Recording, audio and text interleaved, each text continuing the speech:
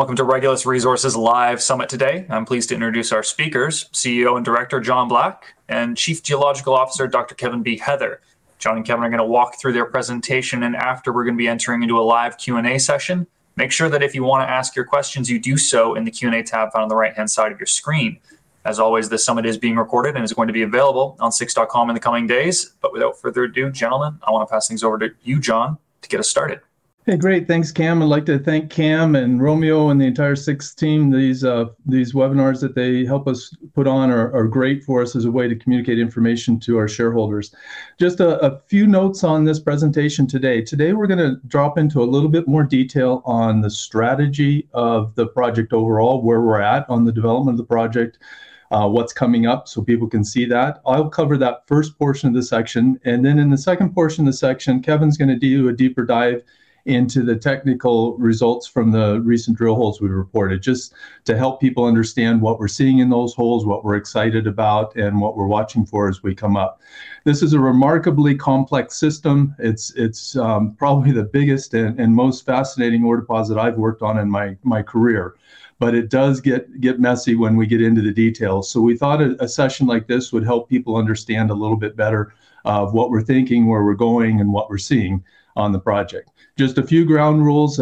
We, as a policy, don't talk about holes that have not been reported yet. We'll show where those are at and why they're where they're at, but we won't go into details on those. And please fire away with questions, and we'll be happy to answer as many of those as we can today. And if we don't get to them, we'll answer them in the coming few days as we have those. So we are publicly listed both in the Toronto Venture Exchange and in Lima, so the appropriate disclaimers apply, particularly as we're looking forward to discuss about future events in the project. So I thought I'd just start with a very brief refresher on our strategy. Much of this is available in our more standard corporate presentations or the recent Beaver Creek presentation I just made last week. So I'd refer to those for more of the corporate summary overall. Today it's going to be much more of a project summary, but we wanted to put into context where we're at with the strategy. As many of you will recall, Regulus is one of three companies that our management team has been involved in. In all three companies, we have the same strategy where we try to identify a project that has potential to be an extremely large copper or copper gold deposit, capture that project, drill it out to show the full size of it, de-risk it to show that it could be turned into a mine, and then ideally monetize it by selling it to a major mining company. We had a good turn with our first company, Antares, and we're well on our way with Regulus right now. I know the market conditions are a little bit tough for everybody out there right now. It's kind of hard to pay attention to what's going on and things right now. But we're on to an outstanding asset, and when things turn, we're all going to be very pleased that we're working on this project as we move forward. For those of you that may not be familiar with the project at all, we are located in northern Peru in a portion of the country that's incredibly well endowed with both large copper and gold deposits. That means with the active mines in the area and exploration projects, there's great infrastructure, and it's a good place to be in a mine. That's critical when we're looking for a project like this, that we're in a country that you can develop the mine as you go forward. And then this is just a quick snapshot of the Huaguayoc district where the project is located. Our land position is shown in the various shades of reds and pink in the upper portion of the diagram. And we can see that we consolidated a land position just to the north of the active Tantahuatay mine and about 7 kilometers north of the Cerro Colorado mine. Tantahuatay is a mine operated by Buenaventura with partners of Southern Peru Copper and Espro, a smaller Peruvian company. And Cerro Corona is one of Goldfield's more interesting mines worldwide. However, both of these projects have relatively limited mine lives remaining. And this is an important concept of our strategy and what we're working on in the district, is that this district has 2 outstanding mines that employ a lot of people and provide a lot of benefits for people in the area. And we're only located 35 kilometers away from Yanacocha to the southeast. But these 2 mines have the likelihood that they'll run out of ore in the next 5 to 8 years. However, beneath the Tantahuatay mine and extending onto our property is a very large copper gold sulfide deposit. It has potential to turn into a much larger mine, what we would refer to as a multi-generational mine, the type of mine that could last for several decades moving forward. And so there's an opportunity to turn this in from 2 very attractive mines right now into one much larger and longer life mine as the district goes forward. At Tantuatai, they're currently mining the oxide cap over the copper gold sulfides on their ground, which then extend onto our ground, and we'll see as we go through the presentation today. So much of this presentation is going to center on trying to communicate more clearly what our timeline is on the project, and putting dates on this so people can see what we've accomplished to date on the project and what we see coming up. So you'll see the timeline organized from older events on the bottom of the diagram up to events that we project in the future on the top part of the diagram, on the left side of the diagram. And we'll look at this image on the right side that shows our land position to the north of the mine. The mine land position is in the light gray in the lower left-hand portion of the diagram. That'll become more evident as I walk you through the slides. The key entry point on this project began in 2014 when we began to consolidate the property. And that really came in 4 steps. Our first step was an agreement with Southern Legacy Peru, a publicly listed company that had assembled the claims that are shown in orange here. They were shown in the dark red on the previous diagram, but to make it easier to show some of the drill holes, we've changed the color to orange on this diagram. There were a series of claims that were not connected. They're old claims or equivalent to patented claims in the US, and typically held by small Peruvian companies. And Fernando Pickman, operating Southern Legacy, a publicly traded company, consolidated these projects, knew he was onto something interesting, and we merged Regulus with Southern Legacy to strengthen the team and move the project forward. But we were faced with a series of claims with interesting mineralization that were not connected, and it would be very hard to move forward working on those. So the second two key agreements we had were, one with CMC, Comalaiche, the company that owns and operates the Tantuatai mine to our south side. And the other was with Kokirumi, a subsidiary of Buenaventura, and those claims are shown in pink. Both of those agreements allowed us to begin to consolidate it, and then we finalized the major consolidation to the north with an agreement last year with Goldfields. So with those agreements in place, we've put our position in the north side of the mine together. We had a series of historic drill holes that had been drilled between 1997 and 2008. There were a total of 70 drill holes. Many of those RC holes and very shallow, and then some additional diamond holes.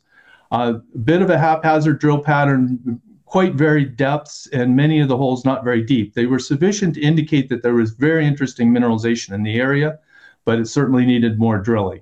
So that was the basis that we started from, was about 18,000 meters of historic drilling, and we consolidated a land position. Much of this happened between 2014 and 2017. That set us up for our first phase of drilling. So what we call phase 1 drilling was completed between 2017 and 2018. We completed 33 drill holes for a total of a little over 23,000 meters, all diamond drilling, more systematically oriented and to greater depths, better testing the mineralization as we move forward. And the purpose for phase 1 was to put us in a position to produce our first resource estimate on the project with much more systematic and quality data as we move forward. In this project, we were limited to be able to drill to an area up to about this line. So you can see that we could drill in all of the area to the south. We could drill in all of this area up to that line, but we weren't able to drill any farther north with the permits we had. And the way we were able to do this drilling was with an agreement with the mine neighbors next door. It's a collaborative agreement that allowed us to complete this drilling. With that drilling in hand, we produced our first resource estimate. It was published in March of 2019 on that drilling from 2017 to 2018. And we also utilized the collaborative agreement that we had with the mine next door to be able to produce it. So you can see the outline of the pit in this dashed line as we go across and around the project. That's the conceptual pit that constrains the resource, our first resource estimate. But we could only report the mineralization that's on our ground within this pit. So what we were looking for was to establish that we had reportable mineralization to see what percentage of the overall deposit we might have, knowing the deposit extended onto the mine, the active mine to our south and our west. This is a oblique view that gives a better picture of how the deposit sits. We can see the conceptual pit that constrains our resource. And we can see that when we're on our ground, we can show the resource in the hot colors indicating grade, but we can't report what's on the neighbor's ground. We do see that. We're aware of what's there. We're just not allowed to report that information going forward. We can also see that the Tantuatai oxide mine is pre-stripping, and this area right here is pre-stripping the oxides over the top of the extensive gold sulfide mine that it's on their ground as well as on our ground. So let's take a quick look at what those resources look like. This is the resource, our first resource, what we call R1, that was produced in 2019 based on that initial drilling program. And if we combine the indicated and the inferred resources, we have a little over 500 million tons at about a 0.7 copper equivalent. This came in more robust than we anticipated. And we also became aware of a number of aspects of this mineralization that we perhaps hadn't fully appreciated before. We were aware that this project had potential to be large, and we were aware that it had very good grades in areas.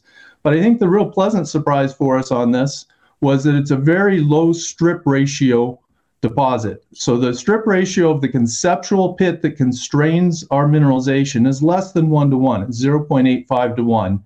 And that's even artificially a little bit high because our data exchange only allowed us to see out to a certain distance to the south of the mine. We can see a boundary right here.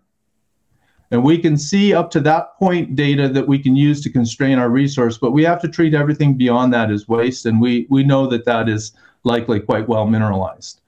Likewise, on the northern boundary of the pit, we didn't have very much drilling because we'd extended beyond where we were allowed to drill with the permits that we were using, and so we had to treat that as waste. So the strip ratio of this deposit is much likely considerably lower than 1 to 1 is, particularly in the early days. And we also have very high grades loaded very near the surface, which makes this an extremely attractive deposit going forward. I think it's also important to note at this time that when we embarked on this project, we were aware that the dominant style of mineralization on the southern part of the district, all of the mineralization on Tantuatai ground and much of the mineralization near the surface on our ground, is a style of mineralization called high sulfidation epithermal mineralization. Very interesting mineralization, very good grades, but it contains elevated contents of arsenic. And we felt that we might need to be drilling to the north to find additional cleaner mineralization to blend with that as we go forward. We now understand much more about the system, and we understand, not just ourselves, but it's emerging in the industry overall that there are techniques to handle the arsenic. So we're very much less concerned about the arsenic. There will be a cost to manage it moving forward, but it's not essential that we find clean mineralization to move forward. So this project now is clearly a project that, with the amount of mineralization we have in hand, warrants development of a larger project moving forward. If we take a look at the mineralization that's on the neighbor's ground, this is information that they've reported recently in an investor presentation in New York. So this was reported by Buenaventura. And we can see a distribution on one slice of some of the sulfide mineralization on their ground. We can see the outline of our mineralization of our project in the north, where we've established our mineralization. And they've reported over 900 million tons of slightly lower grade. It's one version of a resource that they've reported on their deposit. So if we take a look at the combined resources on the project, we see that we have a little over 8 billion pounds of copper equivalent on the project. The neighbors have a little over 10 billion pounds reported right now. So the combined resource is over 18 billion pounds of copper equivalent and resources between the two companies, the two sides of the district, and very much wide open for expansion. And when Kevin presents the results of our recent drilling, you'll see what we're excited about moving in that direction. So it's an extremely large deposit. We've already cleared the thresholds that we were shooting for in terms of size of the project, with plenty of room for this project to continue to get bigger. One of the challenges is showing the overall size of the combined project when we have a split district, but we'll touch on that in just a moment. So now let's take a look at our phase 2 drilling program. Our phase 2 drilling program started when we received a DEI permit that allowed us to step to the north. We received that 1 month before COVID hit. So we've been a little bit challenged over the last couple of years on getting this drilling completed as we had limited access at times due to COVID restrictions and renegotiating with communities in the area to allow us to be able to drill. But we can see to date, we've completed a little over 28,000 meters of drilling in 30 drill holes. The project is still active drilling. We're still working towards the completion of what we consider phase 2. And phase 2 really has 3 components. There was a small amount of infill drilling in the area that we'd previously drilled largely with our phase 1. We identified gaps in the drilling that needed additional drilling. And then much of the drilling is really in the area that we see right here.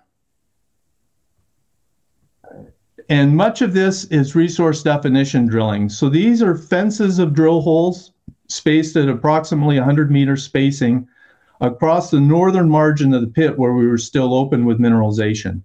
And the purpose of that drilling is to get sufficient density across the northern part of it so that when we do our next resource update, we convert that to reportable mineralization and push the pit to the north. And then the third component of the drilling program are what we consider to be scout holes. So these would be holes like hole 54 that's off to the north that we see right here.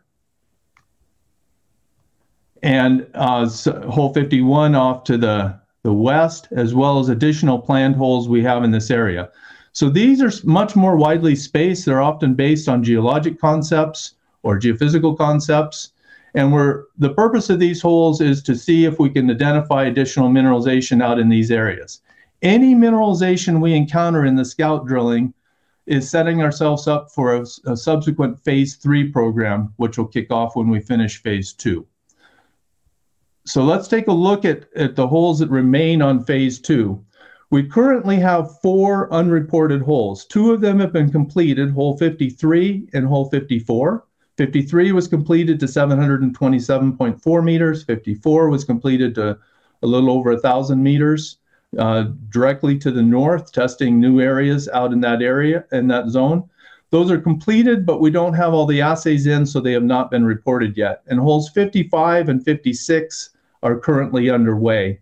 55 is still considered a scout hole, and 56 is really one of the infill holes for the resource definition.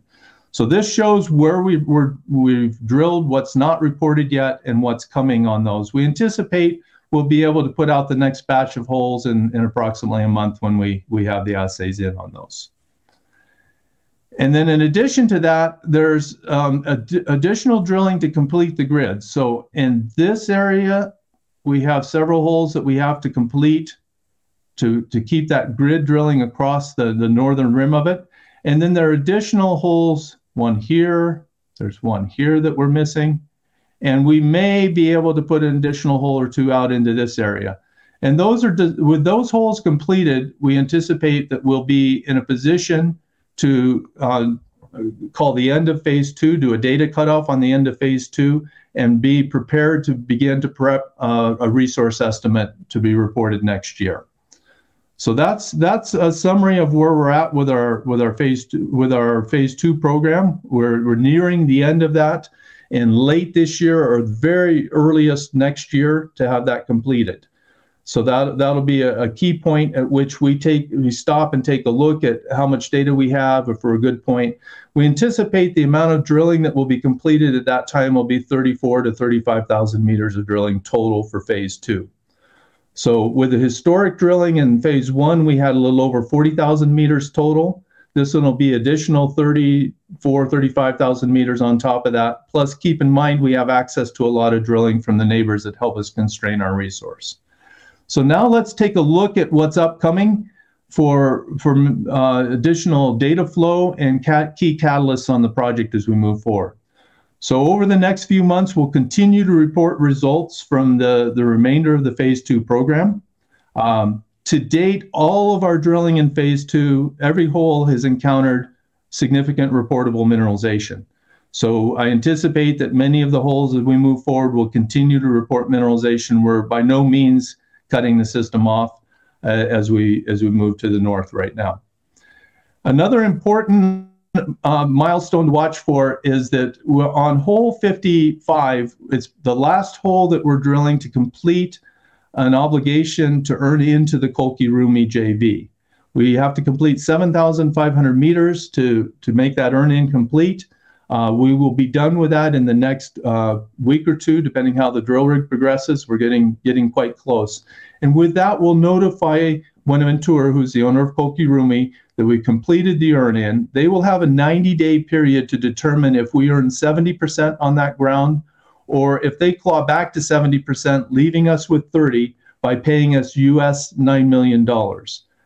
Both are good outcomes for us. I think historically we liked the idea to have 70%. There is mineralization on that ground. However, US $9 million of non-dilutive equity or non-dilutive cash in this environment is quite attractive too. So we anticipate that that decision will be finalized in January of 2023 at about the time that we complete the phase 2 drilling. At that point, we'll make the determination if we move forward with the resource estimate, and that would put us in a position to do what we call resource estimate 2 in Q2 or perhaps Q3 of 2023, depending on access to the third parties that we need to use to do that.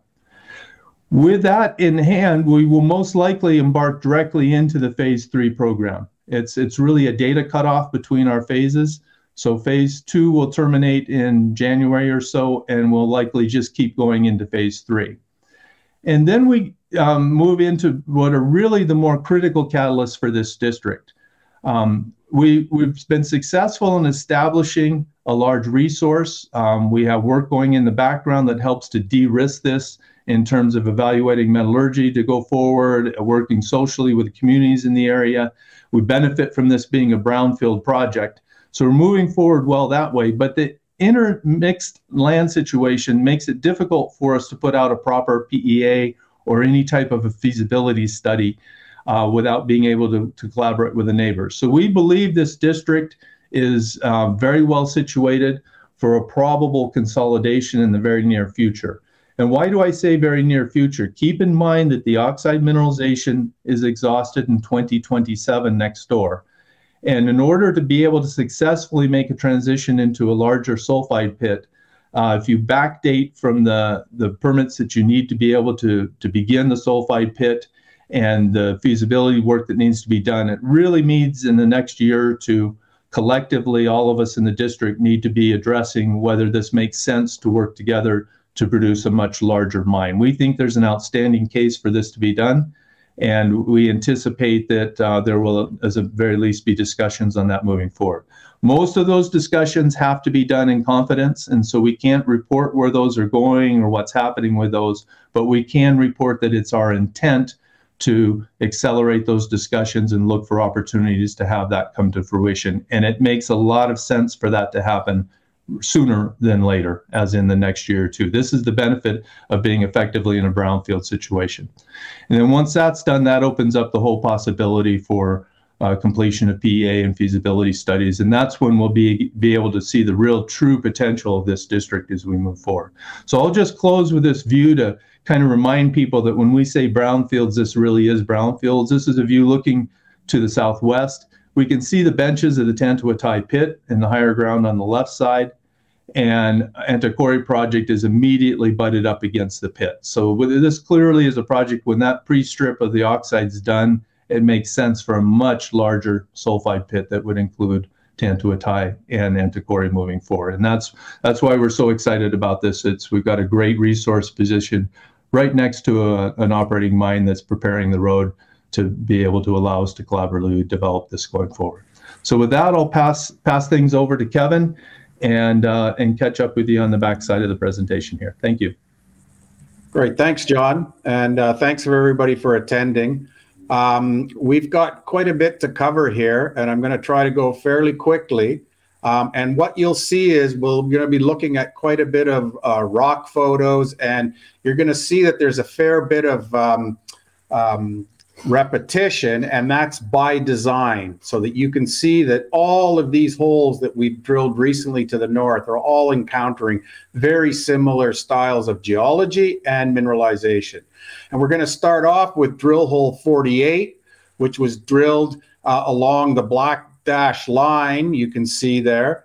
And if we look at a cross section of that, we can see that again in blue are the limestones of the Chulik, the brown is the Inca Formation, they're calcareous siltstones, and then in the gray are the quartzites, again that somewhat unfavorable host rock, and then you can see a whole plethora of different intrusive bodies in the pinks and the reds, and breccia bodies as well in the pink stippled patterns. And drill hole 48, we intersected quite a good intercept of 108 meters, a 0.55 copper equivalent. The reason why I say quite a good intercept is because you can see on these sections, I will show you where the current conceptual pit outline is. And so this intercept was drilled below, immediately below where the conceptual pit is. So this will help to push the pit out both deeper and further to the north, but more on that a bit later. This hole also hit quite a bit of mineralization down the entire hole length, but it was fairly short intervals that we normally don't report. But there was quite a bit of mineralization, and I'll show you some photos here to demonstrate that. Up above, we see the skarn, the typical both prograde with garnet and pyroxene overprinted by retrograde skarn. We also see the porphyry intrusions with a bit of endoskarn or skarn developed within the intrusions. We also see massive magnetite and sulfide replacement bodies. These typically carry quite good grade, and there was numerous of these bodies intercepted. We also, when we got into the quartzites were not happy. They had a lot of very strong sulfide veining, silicification, quartz veining, etc. And you can see here the status with all the sulfides and silicification in those quartzites. We also encountered deeper in the hole heterolithic breccias. You can see the fragments of some of the wall rocks of quartzite and some of the Inca Formation within a matrix of intrusive porphyry. So that's quite interesting. If we move to section with drill hole 49 along the black dash line there, we can see that in that cross section, again, for reference, we can see the different stratigraphic units, and we can see the existing pit outline for our 2019 resource calculation. And you can see the upper part of the hole intercepted stuff within the current pit shell, but also below the current pit shell. And you can see, again, about 172 meters, a 0.4 copper equivalent. Again, in the quartzites, lots of narrow mineralized zones. And then deeper in the hole, we intercepted 250 meters, a 0.45 copper equivalent. But within that, and this is the part that's interesting, there were a number of intervals ranging from 11 to almost 50 meters in length of better grade mineralization. And the interesting thing is that this drilling is showing that the mineralization is open along strike and also at depth. Again, prograde skarn overprinted by retrograde skarn. You can see the pistachio-colored epidote with pyrite. Typically in the Antakori deposit, the retrograde skarn is the skarn phase that's bringing in most of the interesting mineralization. And again, at depth, we hit that same breccia with the heterolithic fragments and an igneous porphyritic matrix. We also hit quartzites, again, very strongly fractured, sulfide filled with silicification and quartz precipitation. And we also hit discrete bodies of heterolithic breccias, and here you can see the chaotic angular nature of the breccias, and in the matrix, locally healed by economic sulfides, dominantly pyrite, chalcopyrite, some bornite, and also some tennantite energite. And this is associated with quartz and anhydrite. So this is starting to look a little bit more like porphyry style related mineralization. Also at depth in this hole, we hit very strong sericite, chlorite, and hydrite alteration. And I've put a little cartoon on the side here where you can see the model of Dick Silito, one of the key porphyry geologists in the world. And you can see the chlorite sericite alteration typically occurs above and on the flanks of the potassic altered porphyry center. So this is indicating we're getting close to something. And you can see there's a lot of sulfide in this alteration, and most of that sulfide here is chalcopyrite. So when we start to see this alteration, we start to see increasing grades. And that's those narrow intercepts of somewhere between 10 and 50 meters that I indicated at depth in this hole that are bringing in better grade. We also see that, again, at depth, we're seeing a lot of brecciation, crackling of the rocks, and also intrusion of narrow porphyry dikes. And interestingly, we're also starting to see mineralization that's more typically what you would see in the porphyry style environment, where we're seeing chalcopyrite with molybdenite. That's the steel blue looking mineral you can see, along with accessory amounts of bornite and pyrite.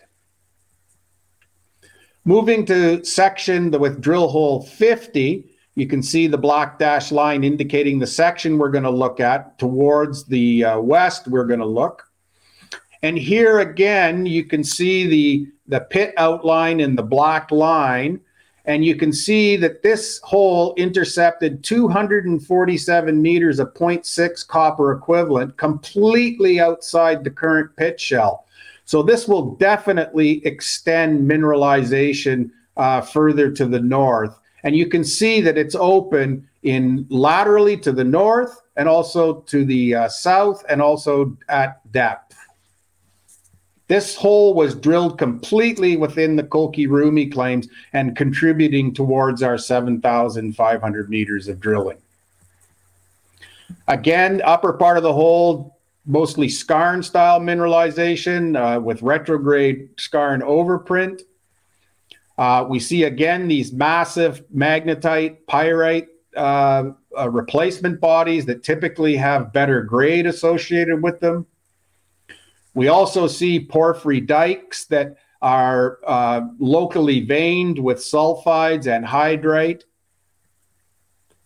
Moving on to drill hole 51. This was a bit of a surprise hole. We drilled the hole off towards the northwest, and the interesting thing about this hole, this was drilled out into an area that had previously not seen any drilling.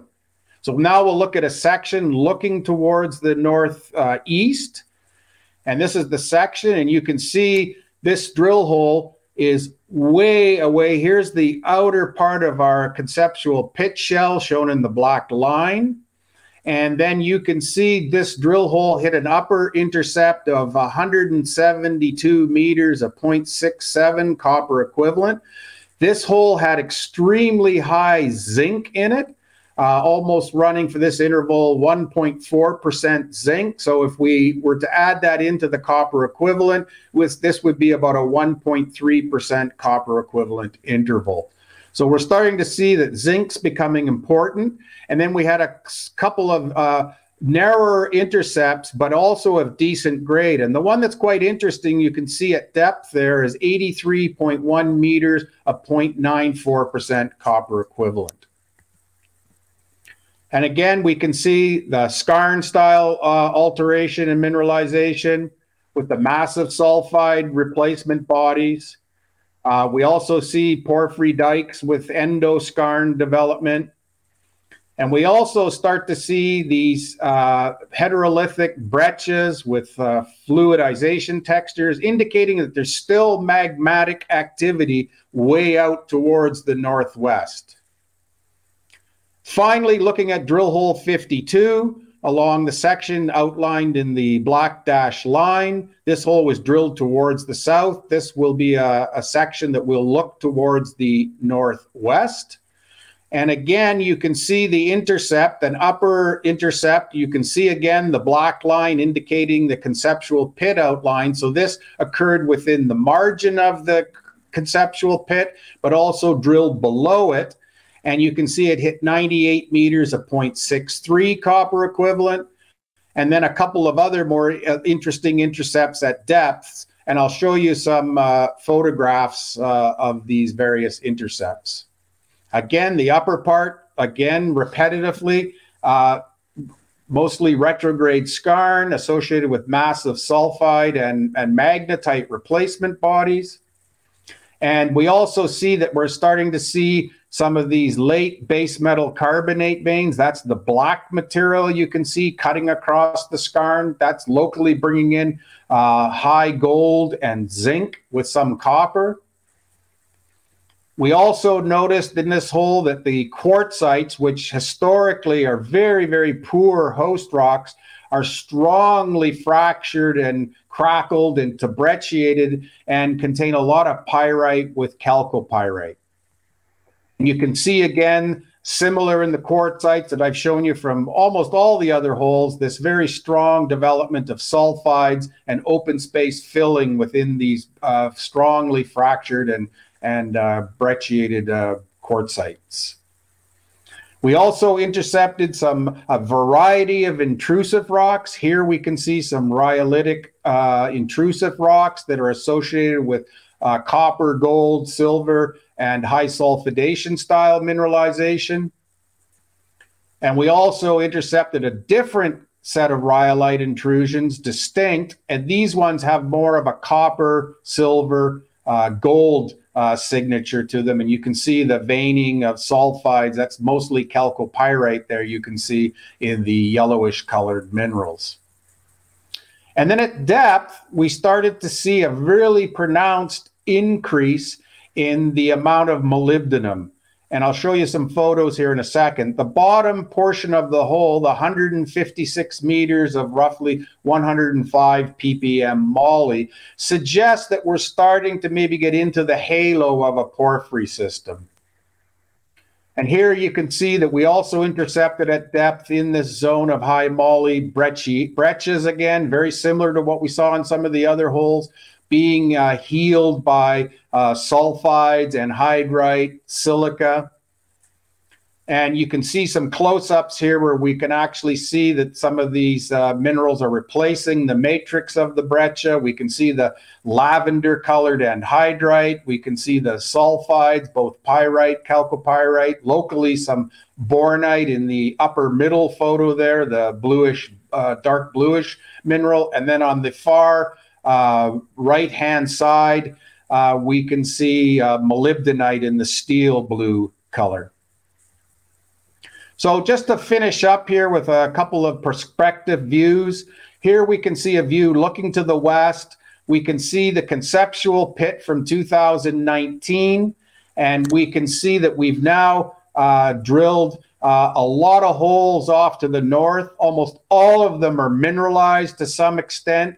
And all of these holes will indeed push the pit out towards the north. And also, if we look at this in terms of the resource, apart from pushing the pit out to the north, it will also help us to capture some of the resource blocks that we defined during the 2019 resource calculation, but that fell outside the pit shell, therefore are not part of the currently reported resource. And you can see that that is completely open both laterally to the southeast, also to the northwest, and clearly to the north as well. So hopefully this has been a quick overview, and we'd like to now take time to take some of your questions and answers. Yeah, Kevin, I want to thank you and John for such a great presentation, very in-depth. I'd like to remind everyone in the audience that if you do have questions, please ask them in the Q&A chat found on the right-hand side of your screen. But we do have some questions that have already come in, guys. First question for John. How do you see the copper stock markets in 2023? And how do you see these affecting Regulus's outlook for the next year and going forward? Great question. It's very interesting at Beaver Creek last week. It's one of the first times we've had everybody in a more normal conference setting, and there's a pull over the whole thing with the current condition of the markets and people being out of money and looking for everything. But one of the real bright spots is there's almost universal recognition that copper is very well set up to take off at some point in the future. With the electrification of most aspects of our society, and our inabilities in industry to quickly develop new mines, there clearly will be a shortage. What I can't tell you is when that's gonna kick off. It's, it could be a few months, it could be towards the end of next year. My own personal take on it is that we probably are going to have some challenging times for the remainder of this year and through the early part of next year until the World Banks and others can get a handle on inflation and demonstrate that that's under control. The rates will continue to increase until they feel that they have that under control, and then there'll be a turning point and they'll start to decrease. One of the things that's affecting us now is just an extremely strong US dollar, and that puts a lot of pressure on us. But despite that, copper prices are hanging in there pretty well right now. It's just more market sentiment that's causing all of us to see our share prices drop off right now. I don't think there are many people that are in disagreement that it's an outstanding time to come in and pick up copper stocks, whether it's a producer or an explorer like ourselves. The question is, everybody's kind of waiting to see it start to come back before they do that. And that'll take some time. But I think by the end of next year, we'll begin to see that turn. And one thing I'd like to remind people is that having been through a number of these downturns, they're pretty grim when we're on the bottom. There's a lot of uncertainty on when we're going to start coming back out, but they usually come out pretty quickly. And so you want to have your chips on the table when things take off. So it's a great time to patiently accumulate investments in stories like this. No, fair enough. Thank you for that. Adrian has another question. How are current assay lab turnaround times this year compared to the last couple of years? They're much, much better. We're looking right now anywhere between 3 to 4 week turnaround time, whereas during the COVID period, we were in the range of anywhere between 5 and 8 weeks. So things have improved greatly. So that lab turnaround times is no longer a real big issue for us. That's great to hear. Jor says, hello, team. But he wants to know, how are you going to finish phase 2 drilling? As far as he knows, that we are short on cash. And if Bonaventure's $9 million won't arrive until first quarter of 2023, is there a placement soon or any different approach? I can speak to that a little bit. And when we're in times like this, private placements are difficult to complete in this environment. It's just pretty tough to do. And if you do one, they're highly dilutive. And almost all decisions we make are based on trying to minimize our dilution and do what's best. We're shareholders as well as all of our other shareholders. And we want to make sure that we keep that share count down and we raise funds in the most efficient manner going forward. And so we've been actively evaluating a number of other alternatives on how we can do that. We have a solution in sight that we'll be able to announce shortly. We're just not quite at the point that we can put it out, but I'm quite confident that we'll be able to have news in the next week or two. Sounds exciting. Adrian wants to know, timing-wise, have you enough knowledge about the property to ensure that value be maximized in a corporate action, or do you need more time to prove up more ground?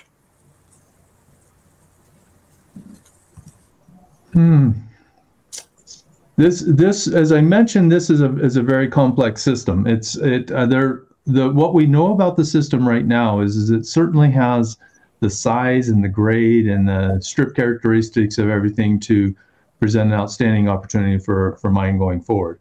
Where the uncertainty comes in this project really is, how are we going to make a consolidation work, and how are we going to best unlock the full potential of the district?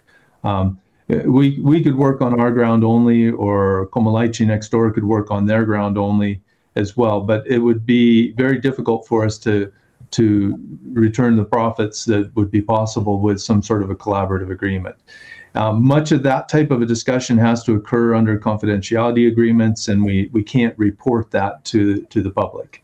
But it would be logical to assume that there's a lot of evaluation going on all parties in the district on what's the best way to move forward. So that's really the uncertainty here. More is the execution of the consolidation of the district and how that can go forward.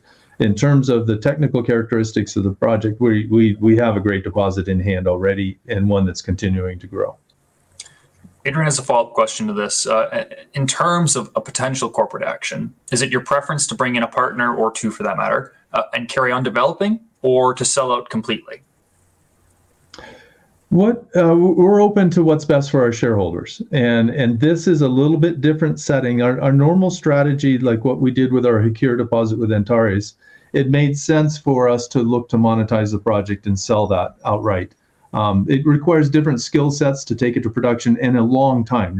We sold that project in 2010, and it's still not a mine, and so we certainly wouldn't have not wanted to hold it onto it all that time. This project is brownfields, and it more clearly can move into development, and there could be scenarios where it's best for our shareholders to be exposed to that development. It's because there's a shorter time frame to the bump that you get from that, or there could be scenarios where outright takeout. There are multiple paths to arrive at a good conclusion for us right now, and we're open to all of those. That's great. Adrian's question, and it's a nice open one, but so there's plenty of good news, but what most worries you that might derail your plans? On this project, in this environment overall, and I think this would be fair to say for most of us working in this environment right now, is just access to capital during a downturn. That's what, because you do have the option. For example, we've considered, would it make sense for us in an environment like this where it's difficult to get cash, and even if you do get fantastic results, you don't necessarily get a positive market reaction from those. And so one consideration is, do you just stop drilling and save cash and wait until things become better and turn?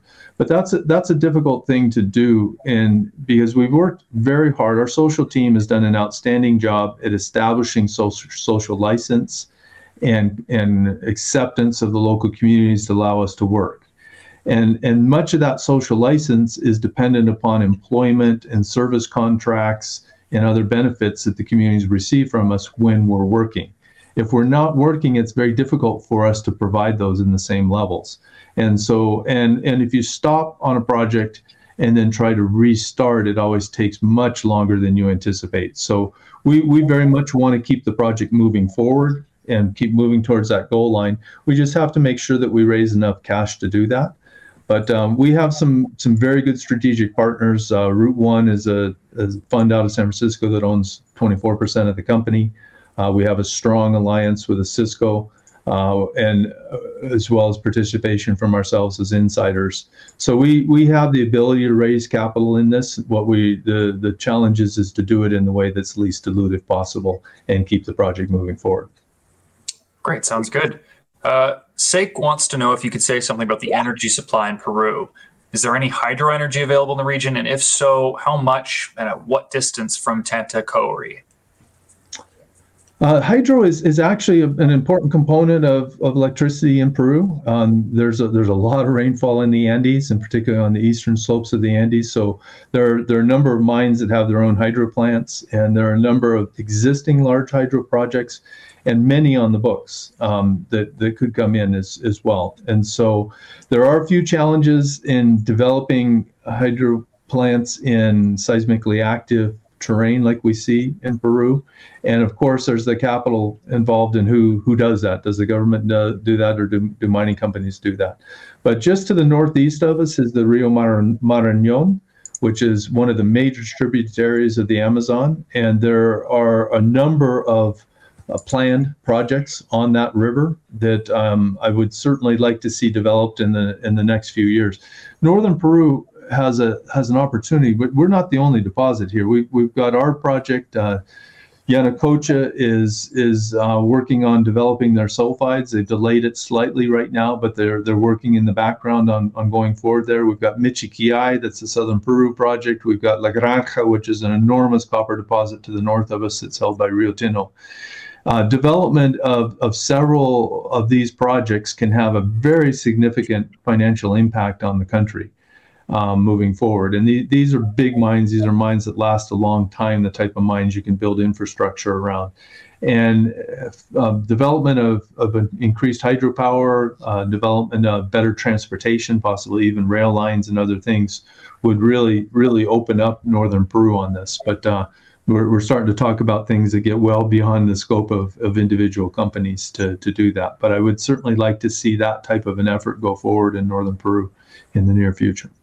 Absolutely. Sean has a question. If people are putting too much stock into hole 54 and ground to the north, is the system weakening as you move north? It's early days. As I tried to point out on that, probably the primary focus on our drilling is really completing that initial band of drilling at 100-meter spacing just to the north to get resource classification as we move north. And then we're sending scout holes out to the north and east and west from there. We are using the geophysical data to locate those holes. But keep in mind, geophysical data, and particularly magnetic data and older magnetic data like we have, is really useful to determine an overall environment. It's rare in the level of data we have and the level of understanding we have in the deposit and the complications of this style mineralization. It's rarely direct detection. I think there's been a little bit of it's a simple thing to focus on certain aspects of geophysical images that we've promoted as if that's a target. I call it target fixation on that. Whereas in reality, it could be in multiple settings in that. And most of these big porphyry systems, this skarn and high sulfidation that we're seeing is driven by a porphyry of some sort at depth. They're usually clusters of porphyry, so there's often multiple centers. So we really need to get those scout holes into the north, of which 54 is one of those holes. It's testing a certain style of geophysics we see. No guarantee that that's the mineralization. It could be in one of the other targets we'll test. But we'll see when we complete phase 2, and I just ask some patience for people, we'll look at all of those holes. Any mineralization we hit to the north on those opens up a phase 3 program moving forward. If we were so fortunate to center punch on something great, more likely result in this type of a setting is that we nick something and we get encouragement to continue drilling. Right. Sean wants to know what your thoughts are on Newmont delaying investment in Peru. Good question on this. I can describe what we know about it, and this is somewhat personal opinion too, as well as it's a very similar geologic setting to what we have, and with the exception of they had much more extensive oxides. And so they've largely mined those oxides out. They're currently are not in a position to advance to Conga. And so the logical thing for them is to make that same transition to underlying copper gold sulfide mineralization. And they've done the engineering work. They've completed the feasibility studies to put in a large autoclave as a good way to process that. The gold guys tend to pursue pressure oxidation or autoclaves. We very much want to see that get in so we can benchmark against it and see how that technology will work at the scale they're proposing. The way it was described by Tom Palmer last week at Denver Gold is that they have 3 large multi-billion-dollar projects on the go right now, a major project in Australia, a new mine being developed in Ghana, and Yanacocha sulfides, and that their team is stretched thinly to be able to handle 3 projects like that. And there's pressure for them to be a little more careful with capital right now in this current environment. Keep in mind, copper is a good price. The gold guys are a little more worried about prices right now, I think. And so there's shareholder pressure for them to be more responsible or more careful with capital expenditures right now. And it became easier for them to delay this project, complete the other 2, and then rotate their own teams onto this project in the future. So that makes sense. I can understand in the environment what they're doing with that. but keep in mind, they're not stopping the project by any means at all. This year, they approved $500 million of expenditure on the project, and they're very active on the ground. They have their major EPCM contractor established well and hiring people and moving things forward. And they've allocated an additional $350 million to be spent in the 2 years until they make the final decision. There may be some consideration, and this is just my personal opinion, is there may be some considerations to wait until we see how things work politically in South America and Peru over the next 2 years as well. And it gives them a little bit more leverage to interact with the government during that period of time if they're holding off the approval of the final project. Right. Martin wants to know if AK51 indicates that multiple porphyries drives the mineralization in the region, and will you be looking to further drill at the mag low close to AK51? Yeah, it's not just hole 51. I mean, I think that we've been demonstrating for years now that there are definitely multiple porphyry phases, multiple stages of mineralization.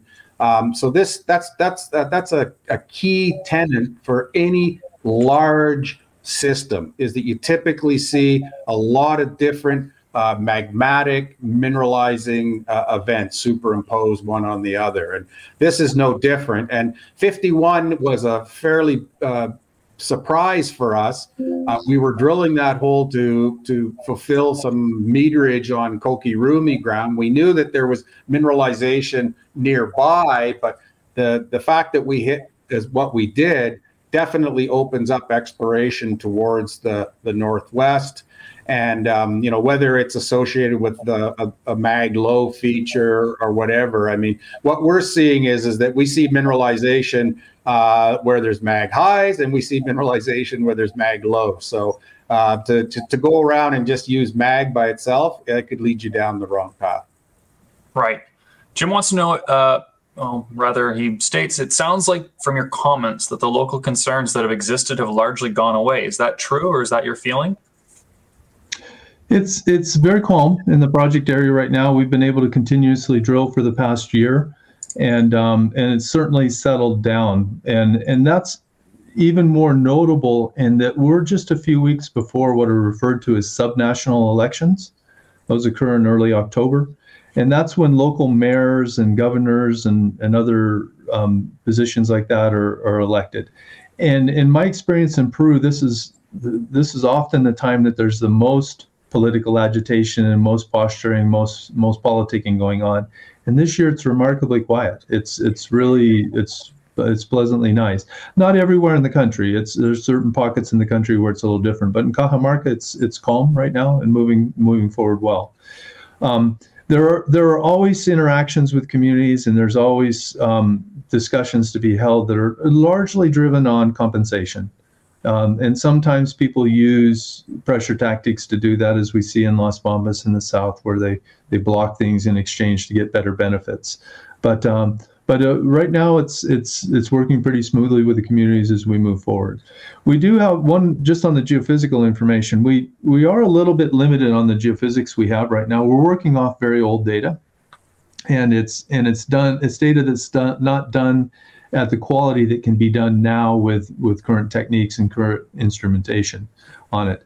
However, to establish a large, say, 3D deep looking IP survey, the type of survey we've used on our Altar project in Aldebaran that's worked outstanding, is difficult because you have to have an array spread over a large area. And with such fragmented land positions between mining companies and mineral concessions and local landowners for surface rights, it's a bit of a challenge for us to get everybody on the same page to do a larger survey. We're working towards that.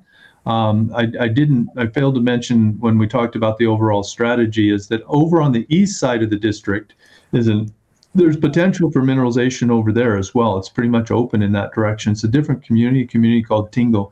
We're currently working with them to see if we can establish an agreement to allow us to come in and do preliminary geophysical and exploration work on that side. It would be part of what we would consider phase 3. Right. So, no, absolutely. Great. We only have a handful of minutes left to us, so I only have time to ask a couple more questions. First of which, why do you think there's such a scarcity of large copper projects in the hands of juniors? And what makes Antakori stand out? The scarcity is interesting. When Kevin and I set up this company in 2004, our first company, Antares, we had to determine what type of a company we'd be, and we chose to leverage off of our experience and our contacts to do this type of model. But we're not the only company that's that way. You look at Ross Beatty's Lumina Copper Group, or many of the Lundin companies, or some of Richard Wark's companies. There are a lot of groups that work in the same way we do, and what we're doing in the most cases is we're identifying projects that have been around. The initial holes were put in by major companies. They've made some discoveries. We're starting to clear the shelves of those. There are fewer of those. It's harder and harder for us to find these projects and source them, and in many ways, things really opened up for exploration in South America in the 80s and 90s, and we've made a mass wave of work coming in, and we've kind of found most of the easy ones now. And the next level of project to find, there'll be more undercover, there'll be more difficult to find, more expensive to find, and it's just becoming more challenged. We've kind of picked off the low-hanging fruit right now, and the next stage will be more difficult. And that's great for those of us that have our hands on a project right now, because there just aren't going to be many of them left. Oh, absolutely. And last question for today, how would you define the investment thesis and end game for Regulus? Very much as I described in one of the earlier slides, our idea is to use our experience to identify projects that have potential to be extremely large deposits and economically viable projects, the type of project that a major miner would like to buy. And then we show the full size potential of the deposit. We de-risk it to show that it could be turned into a mine. And then we monetize that project by selling it to a major mining company. And the reason that we have that monetization at that point is it often takes a long time to go from feasibility study or pre-feasibility study to turning it into a mine. And if you're a single asset company, that can be a very difficult pathway to do it. You have to have access to capital that's well beyond the reach of a company our size. And even with our sort of reduced business plan on this, it still typically takes us anywhere from 5 to 8 years to do a project like this. And then you're dependent a little bit on where the market's at when you're getting ready on it. So that's sufficient time to test the patience of many shareholders right now. And we don't want to turn it into a 20-year exercise to turn it into a mine.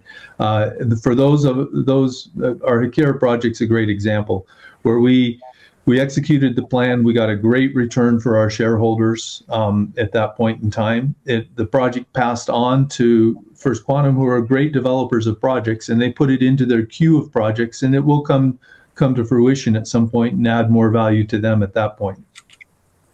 Wonderful. Well, listen, John, Kevin, I want to thank you for such a great in-depth presentation today, as well as this awesome Q&A period that you fielded. I'd like to thank everyone who's attended, especially those who participated in the Q&A. But for now, we are out of time. Gentlemen, I'd like to pass things back to you for a few brief words before we truly wrap up for the day. Well, great. Well, thanks everybody for tuning in, and please hit us with questions. Please be patient in markets like this. We're onto a great asset. This will have its day. There's no doubt, and I don't think it's that long in the future. So contact us with any questions you might have, and I'll pass it over to Kevin for a few last words as well. Yeah, no, just stay tuned. I mean, we're continuing to work, and the system's still open, and so we're just keep moving it forward. So I'm excited. I mean, you hear the word world class used a lot, and probably people get tired of hearing it, but the combined asset with us and our neighbors is truly a world class asset.